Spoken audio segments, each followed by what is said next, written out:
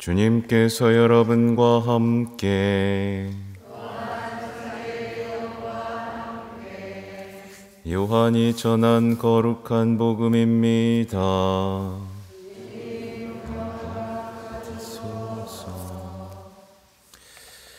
그때 예수님께서 말씀하셨다.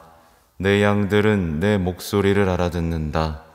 나는 그들을 알고 그들은 나를 따른다. 나는 그들에게 영원한 생명을 준다.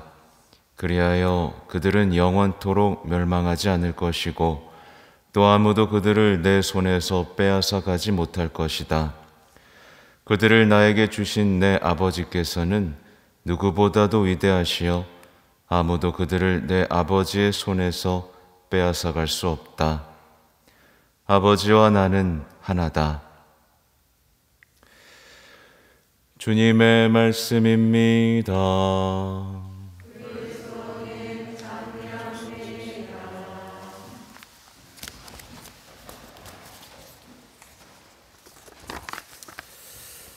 전미예수님, 네, 오늘은 부활 제4주일이고 또 성소주일이고 또 아까 말씀드린 대로 착한 목자 주일이면서 또 무슨 날이죠? 부처님 오신 날, 네, 어버이날 또 많이 겹치죠. 오늘 원래 준비한 얘기는 아닌데 제가 한창 고등학교 때 신부가 되고 싶었던 적이 있었거든요. 전 그 뒤에 10년 뒤에 신학교를 갔습니다. 그때 스님이 되고 싶었어요. 그때. 그래서 뭐 법정 스님 책에서부터 수많은 스님들의 책을 봤습니다. 그리고 지금은 신부가 돼 있죠. 예. 비교가 안 됩니다. 예. 부처님 오신다 이런 얘기하면 좀 그렇지만, 그러니까 우리는 부처님, 불교의 가르침에 어떤 매력을 느끼죠, 그죠? 약간의 매력을 느끼죠. 다 보는 거 알고 있습니다. 네, 매력을 느낍니다. 그러나 예수님의 가르침하고는 비교할 수 없어요. 네, 약간의 청량감을 줄 수 있고 약간의 어떤 뭔가 지혜를 주는 것 같지만 하느님의 지혜에 비할 수는 없습니다. 네, 절대 보지 마세요. 아셨죠? 부처님 오신다 이런 얘기 하니까 좀 이상하죠? 아무튼 오늘은 착한 목자 주일이라는 것에 초점을 좀 두고 싶은데 정말 그분은 착한 목자고요. 우리는 양입니다. 그죠? 그래서 우리는 이렇게 노래하면서 기뻐할 수 있어야 돼요. 우리는 주님의 백성, 그분 목장의 양떼라네 하면서 얼마나 아름다운 관계예요. 그래서 오늘은 아름다운 주일이고 또 평화의 주일이고 애틋한 주일이고 뭐랄까요? 그 온유한 착한 목자의 사랑에 푹 빠져도 되는 주일입니다. 우리의 착한 목자인 예수님께서는 우리를 지켜주시고 보살펴주시고 또 앞서가시죠. 우리는 그분을 따라가면서 모든 어려움을 극복할 수 있습니다. 그렇죠? 이게 양의 모습이에요. 근데 양이 아닌 사람은 어떻게 사는지 아시죠? 자기가 앞서가면서 어려움을 없애달라 그럽니다. 네, 우상 숭배죠. 자기가 할 거 다 하면서 이거 왜 안 없애줘요? 따라가지도 않으면서. 네. 아무튼 착한 목자는요, 이 온유함, 얼마나 온유하십니까? 우리 예수님. 이 온유함, 구체적인 사랑 속에서 우리에게 신뢰를 주고 우리를 돌보시죠. 절대 위협하거나 강요하거나 모욕을 주지 않으세요. 만약에 어떤 신앙인이 평화가 없고요, 상처투성에다가 불평 속에서 삶을 살고 있다면 사실 그는 주변 사람 문제가 아닙니다. 예. 내 배우자의 문제도 아니고 내 자녀의 문제도 아닙니다. 그 사람은 뭐예요? 양무리에서 벗어난 사람입니다. 낯선 사람, 낯선 목소리, 가짜 목자를 따라가면서 살면서 자신의 삶을 착취당하고 있는 중입니다. 예, 평화가 없죠. 예, 가짜 목자를 따라가면서 평화가 있을 거라고 생각 안 되시죠? 그죠? 예, 그러니까 지금 빨리 정신 차려야 됩니다. 내 안에 평화, 기쁨 이런 것들이 사라져가고 있다면 그 사람은 반드시 낯선 목소리를 따라가서 양고기가 되는 삶에 지금 진입한 거죠. 오늘날의 많은 분들이 제가 고해서에서도 많이 만나고 밖에서도 면담 요청할 때 만나지만 자신에 대해서 이해하지 못하는 분들이 많습니다. 내 마음도 모르겠고 내 지향도 모르겠고 그냥 온통 모르는 것 투성이로 남아있는 분들이 많죠. 근데 오늘 예수님께서 뭐라 그러시냐면요, 나는 그들을 알고 그들은 나를 따른다 라고 말씀하시죠. 우리를 안다 라고 말씀을 하시는 겁니다. 그러니까 착한 목자이신 예수님은요, 우리보다 우리를 더 잘 아십니다. 맞죠? 우리의 이름을 아시고 우리의 마음을 아시고 우리가 가야 할 방향을 아시죠. 특별히 우리가 얼마나 특별하고 가치 있는지 아시는 분은 누구예요? 예수님이에요. 그렇죠? 우리는 그거 모릅니다. 예수님은 우리의 마음속 지향, 감정도 다 아시고 우리의 능력, 슬픔까지도 다 아십니다. 동의하세요? 그래서 목자를 따라가지 않는 양들은 어떤 그 막막함에 직면할 수밖에 없어요. 내 삶은 정말 가치가 있나? 나는 중요한 사람인가? 자꾸 묻게 되는 겁니다. 목자랑 같이 있지 않으니까. 홀로 다니니까. 그죠? 돌봄을 받지 못합니다. 근데 안타까운 건 신앙인 중에서도 이런 분들이 있다라는 거죠. 성당에 나오는데 주님의 돌봄을 받지 못해요. 돌봄을 받으면 내가 얼마나 가치 있는지도 알고 내가 어떤 삶을 향해 가야 되는지도 알고 충만해지는데 메마르고 삶의 방향을 잃고 어쩔 줄 몰라 하는 거죠. 예수님이 어쩔 줄 몰라 하는 양 보면 어떻게 하시죠? 길 잃은 양 하면 찾아가시죠. 99마리 두고 한 마리 찾아다닐 만큼 정말 착한 목자입니다. 근데 나를 안 찾아오네? 그럼 그 양 뭐예요? 버림받은 양인가요? 아니에요. 버림받은 양이 아니라 자기가 못된 목자 따라 나선 사람입니다. 착한 목자를 따라 사는 사람들은 절대 버림받지 않습니다. 목숨까지 바쳐서 찾아내서 구해내시는 분이 착한 목자죠. 목자를 따르는 양은요, 삶에서 겪게 되는 모든 어려움들, 슬픔들 다 이겨낼 수 있습니다. 왜냐하면 목자가 앞서 가시니까 그것만 따라가면 됩니다. 그죠? 근데 아까 말씀드린 대로 삶의 어려움과 슬픔이 극복 안 되는 분들이 있어요. 뭐라고요? 자기 혼자 앞에 가는 겁니다. 그러니까 따라갈 게 없어요. 어떻게 해야 될지. 낯선 목자는 그런 거 보여주지 않습니다. 한심한 놈, 따라오지도 못하고 이렇게 손가락질하고 나중에 잡아먹죠.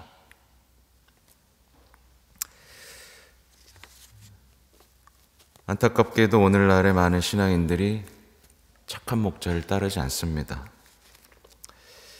악마의 제안, 도둑들에 이끌려서 삶을 어두운 미로처럼 느끼죠. 착취, 당하면서도 왜 착한 목자를 알아보지 못하는지. 그래서 진짜 안타까워요. 질문만 합니다. 니코데모처럼. 주님, 왜요? 어떻게 하면 되죠? 어떻게 기도해야 되죠? 어떻게 해야 되죠? 근데 주님이 다 알려주셨잖아요. 근데 그걸 이해하지 못합니다. 어떻게 새로 태어나야 되는 거죠? 어떻게 하면 제가 행복할 수 있는 거죠? 행복선언 다 하시고, 그죠? 네, 나를 따르라고 다 하십니다. 복음을 선포하라. 그래서 행복한 사람들의 이야기가 사도행전부터 쭉 이어지는데도 불구하고 어떻게 해야 되죠? 라고 질문만 하죠. 또 부자 청년처럼 돌아섭니다. 예수님 어떻게 해야 돼요? 그랬더니 너 버리고 나 따라. 그랬더니 슬퍼하면서 떠나갑니다. 성모님의 모범을 보면서도 예라고 대답하지 않아요. 그렇죠? 용기도 없고 식별도 못하고 헌신할 생각도 없고. 그렇죠? 프란치스코 교황님께서는 이 착한 목자 주일에 맞이해서 착한 목자의 목소리와 악마의 목소리를 구별하는 법에 대한 말씀을 하셨어요. 지금부터 말씀드릴 것은 교황님의 얘기입니다. 어떻게 구분할 수 있느냐? 어떻게 하느님으로부터 오는 영감과 악마의 제안을 구분할 수 있느냐에 대해서 말씀을 하셨는데 이렇게 말씀하세요. 하느님의 목소리는 결코 강요하지 않는다. 제안하시지 의무를 강요하지 않는다. 반면에 나쁜 목소리는 어떻게 해요?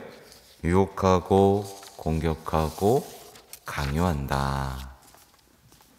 그래서 악마는 우리는 뭐든지 할 수 있어 라고 말을 딱 해놓고 근데 공허한 상태로 남겨둔다. 난 다 할 수 있어. 내가 다 할 수 있어 라고 해놓고 공허한 상태가 된 다음에 나중에 뭐라고 하냐면 너는 아무짝에도 쓸모없어. 네, 라고 비난을 합니다.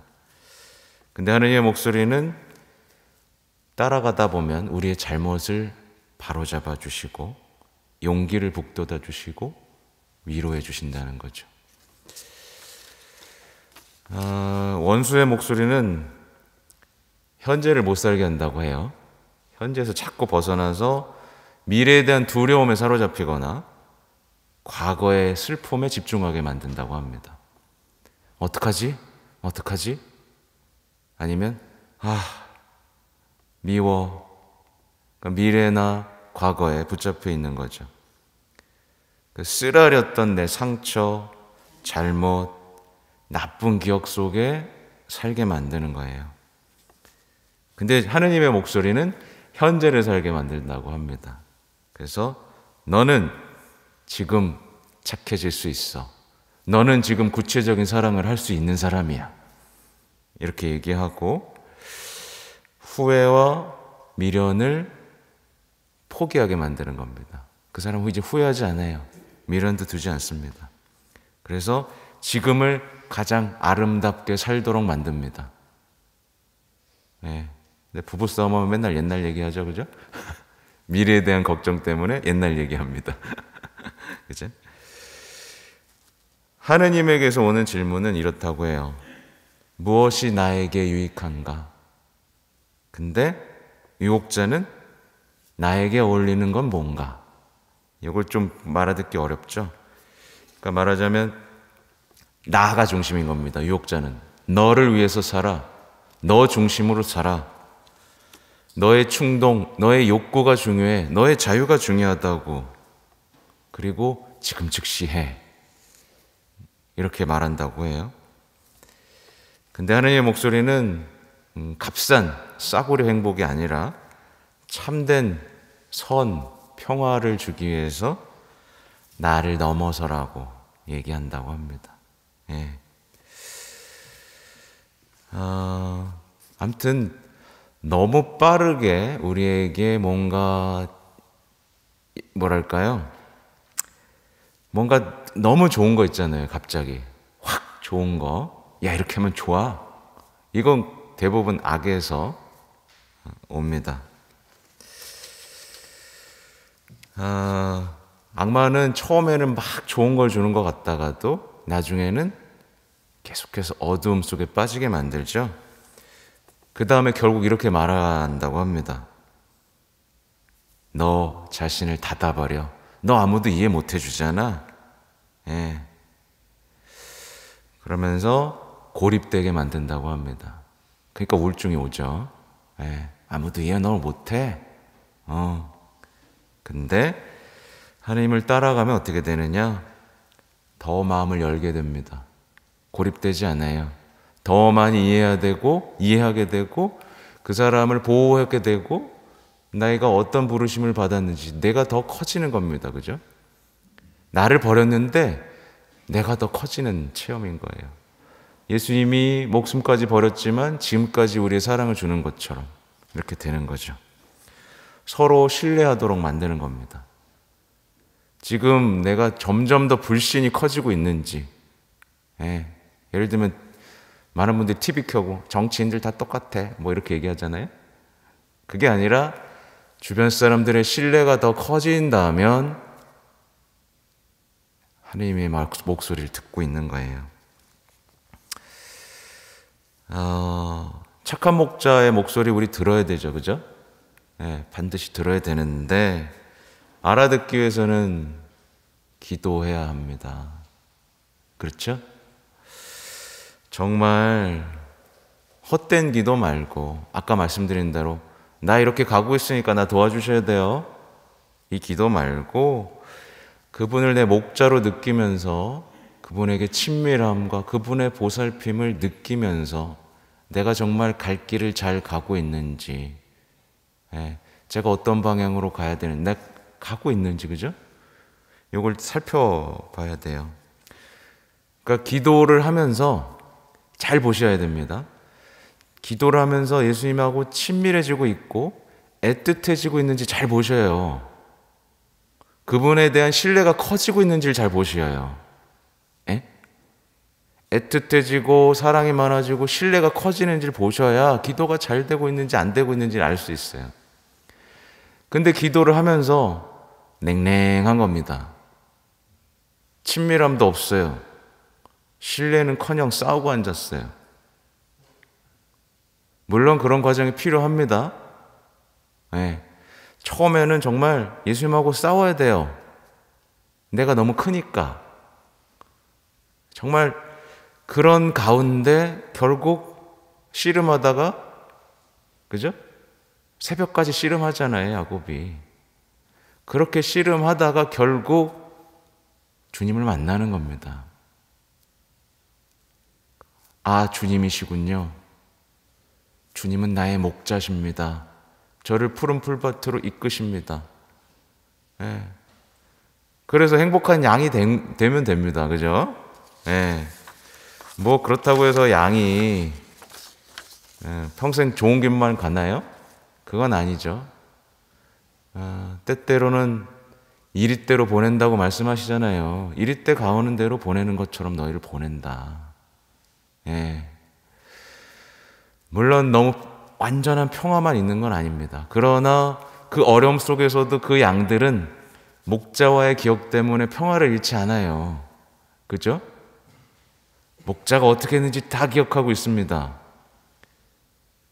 그래서 그 모범이 또 뭐예요? 하느님의 어린 양이잖아요. 목자였지만 어린 양으로서 우리를 위해서 피를 흘리셨잖아요. 그러니 우리도 그렇게 되더라도 그것이 얼마나 가치 있는 일이고 기쁨인지를 알기 때문에 그런 죽음 속에서도 원망이 아니라 기쁨이 솟죠. 그게 순교의 기쁨 아니겠어요? 그죠? 아무튼 덧붙여서 오늘 성소주일이죠. 성소주일 59차 성소주일이고 교황님께서 이 담화문도 발표하셨습니다. 오늘 뭐 제가 이걸 다 읽어드릴 수는 없고, 다만 성소, 거룩한 이 부르심에 대해서 신부나 수도자나 이런 것, 이분들한테만 성소가 있다라고 생각하지 말라는 게 오늘 핵심 중에 하나입니다. 여러분들은 다 부르심을 받은 사람입니다. 교회가 아름다워지도록, 하느님의 약속이 세상에 이루어지도록 부르심을 받은 양떼예요.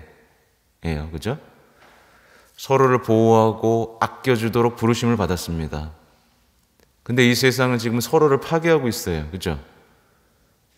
우크라이나 사태만 봐더라도 전쟁으로 사람을 죽이고 있고 서로 보호할 생각이 아무도 없죠. 근데 그 전쟁이라는 큰 것을 보면서 가정을 보셔야 돼요. 러시아와 우크라이나 관계랑 내 배우자의 관계가 다른가요? 별로 다르지 않아요. 오늘날의 세상은요. 서로의 영역을 침범하면 죽일 듯이, 핵전쟁도 불사합니다. 같이 죽는 거예요. 거기 손가락질 할 필요가 없습니다. 과연 나는 내가 가치 있는 사람과 평화를 이루고 있는가? 그 부르심에 응답하고 있는가? 돌아보면서 우리의 거룩한 부르심에 응답하시면 좋겠습니다. 아멘.